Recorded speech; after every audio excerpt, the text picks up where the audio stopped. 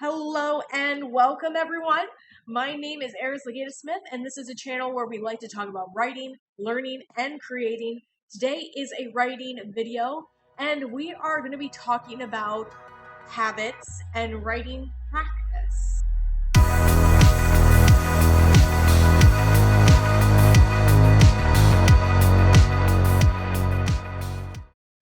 So everyone knows what a habit is, so I'm sure that I don't have to go over that. We all have some habits, good ones and bad ones, and we all know that the bad ones are easier.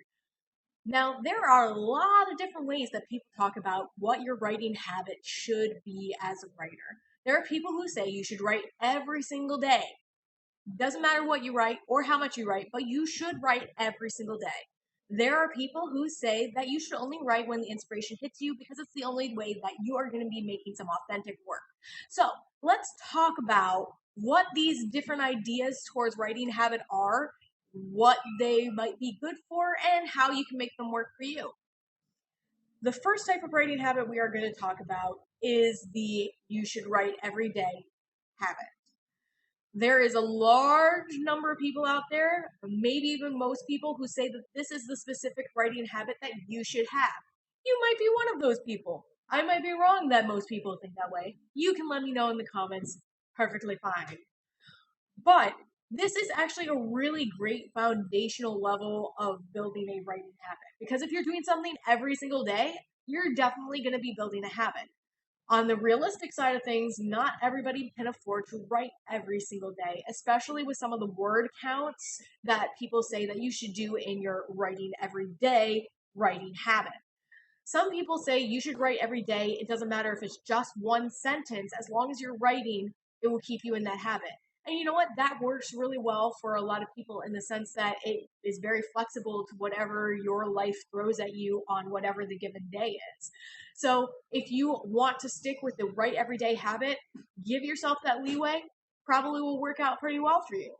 Then there's people who say that you should write somewhere between 3,000 to 5,000 words every single day. That can be a little bit more difficult, and for a number of reasons. One reason why it can be difficult to get that kind of word count in a day is because you have other things that you need to do. You have another job that you work, you have friends, you have family, you have other things that you're balancing in your life, and sometimes a single day is more packed than another. So trying to fit all of that word count in can be a little bit difficult. On the other side of it, there is this wonderful, wonderful thing called writer's block that happens to all of us. Yes, all of us. If you are one of the few people who has escaped this, I want to be your friend. Help. But most people have to deal with this at some point. And if you are stressing yourself out being like, but I gotta get 5,000 words today, you're not going to break out of that writer's block. In fact, your writer's block will get an additional block and it becomes a roadblock. So putting that kind of pressure to have that specific word count on every single day might not be the best option in both of those regards. What I would suggest you do if you want to do the write everyday habit is give yourself a writing goal per day. Maybe one day it will be write 5,000 words today. That would be fine.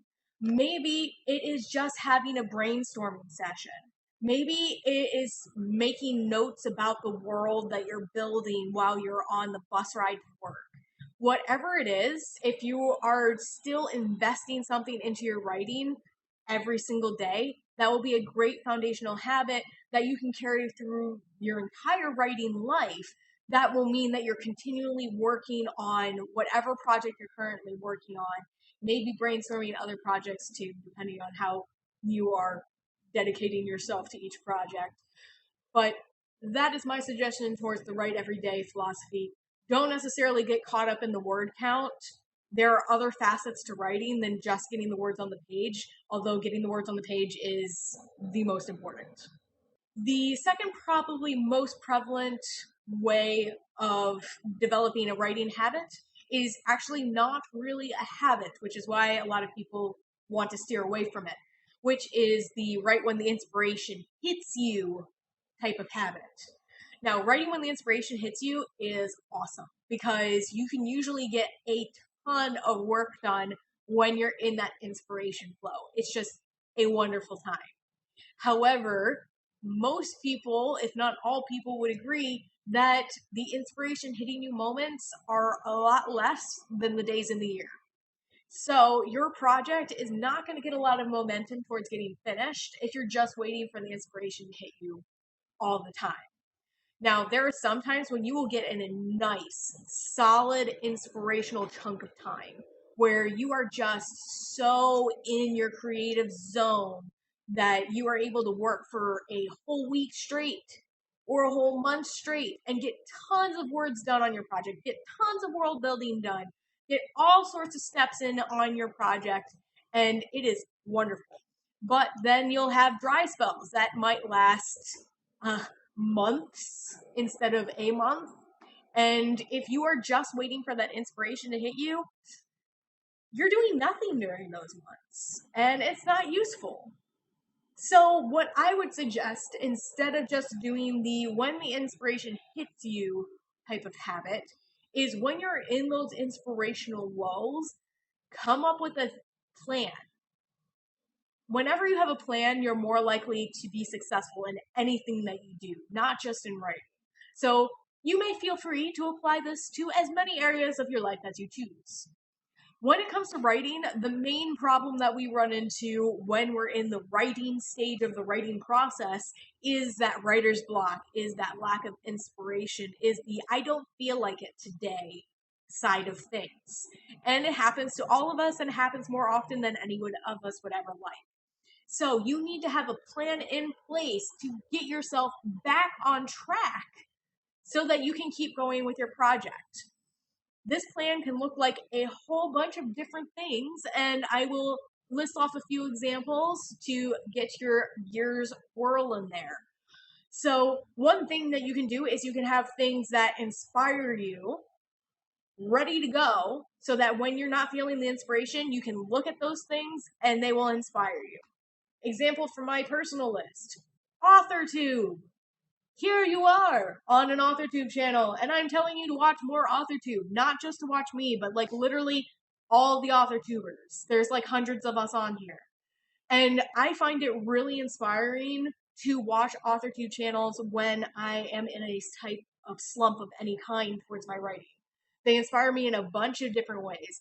One, maybe they had a really good idea and I'm able to spawn more ideas off of it.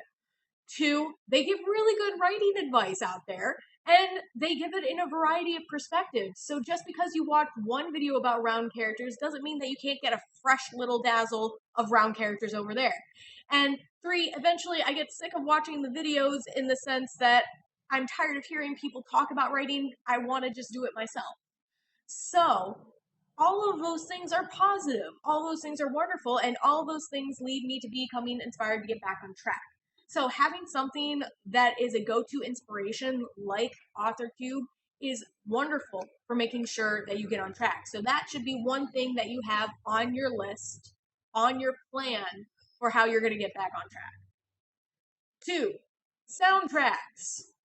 Music is huge for pretty much everybody as far as finding things that are inspirational. We all have songs that are our jam that we really want to go to all the time.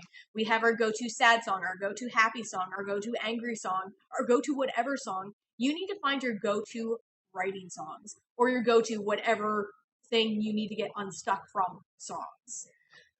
Whether they are in a particular genre or have a particular lyrical feel to them, maybe you're looking for something super melodic because it's similar to your author voice. Whatever it is, having that, listening to that music can be a great way to get that inspiration turned on. There's some people who will start their entire writing process for the day by sitting down at their computer or whatever and putting on a writing playlist. In fact, there's quite a few authors out there who have like book playlists that they eventually put out with their book as part of like the pre-marketing thing. Like, this is the music I listen to while writing this chapter. And it can be a real cool way to connect with people. You can do that too. It's totally an option. And it can be a great thing to add to your plan of how to get you out of that rut. Another one, reading. Authors are always told to read because the more you read, the more you learn, the more you know, the more you grow, etc. And it can also be what helps get you out of a slump. Maybe you need to step away from that project for a minute and read a novel in the same genre, for the same age group, for the same demographic that you are working for. You will get a lot of ideas from whatever that novel is that represents what you're working on. It will give you ideas for craft. It will give you ideas for different things that are specific to your genre. Like, I usually write in fantasy, so I'm always looking for new and innovative magic systems. So go to your specific genre, your specific demographic targets, and read those things because they will help to restart you on your project. Another type of writing habit is to build your own. Everybody is big into individualism and being able to craft things specifically for themselves. I mean, just look at the whole Subway sandwich. All the sandwich options are suggestions. They still will ask you for every single topping that you want. You can do that for your writing plan too. So, whatever it is, the main ingredient must be consistency. If you're going to do a build your own type method for creating a habit, it is perfectly fine. You can build whatever works for you. The whole point is finding something that works for you. The key ingredient to a build your own plan is consistency. That is what a habit is consistency. Doing something so regularly that you fall into it without even thinking about it, like it's muscle memory. And that's how you want your writing routine to be, whatever your writing routine is. So let's say your plan is I will write 3 days a week. That is okay, as long as you are sticking to those 3 days a week. Now, if you say 3 days a week and you don't give those days names, you do run the risk of forgetting to actually do those 3 days because you've already established that you feel your life is crazy, and so the crazy is going to take over pretty quick. But if you are more specific, like say, I'm going to work 3 days a week and it is Monday, Wednesday, Friday, then you have set aside a time that is sacred to your writing habit. And you must not violate that time because you have set it aside to be that. If you miss a day, just like when you were back in school, you got to make it up because you got to get those days in. But you need to put the specific times, the specific days that you chose as a priority in your life. Writing is a skill. You are always going to be working on it. You will always be getting better as long as you give yourself room to get better.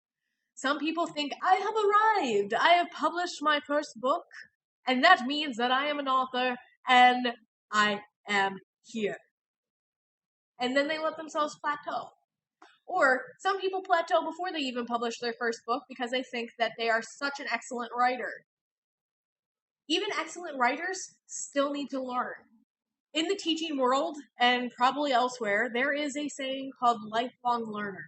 It is something that we say all the time. I am a lifelong learner. You are a lifelong learner. We are lifelong learners. I am doing this professional development because I am a lifelong learner. And the whole concept behind that is remembering that learning doesn't stop just because you graduated from high school. Learning doesn't stop because you got a degree in college. Learning is in every single facet of your life. You are constantly doing learning. You wanted to try a new recipe, so you had to learn it. You wanted to get a better job, so you had to learn things so that you were qualified for that position. With writing, it's the same thing. You have to keep learning in order to keep improving. And no matter how good you are, there is still room to improve. You will always find someone who's better at it than you. You will always find someone who's worse at it. As long as you are continuing to work on improving yourself, that is what matters. And that is what is truly important. So that's why I really encourage you to build a writing habit, whatever it may be. Whether you have a writing plan already or are developing one currently, whatever ideas you have, please do feel free to leave them in the comments below. There's someone out there who's going to find that information super useful. The more ideas we have, the better off we are. So please do leave it in the comments so that we can all engage together on it. Otherwise, like, share, subscribe, and as always, have a great one until the next one.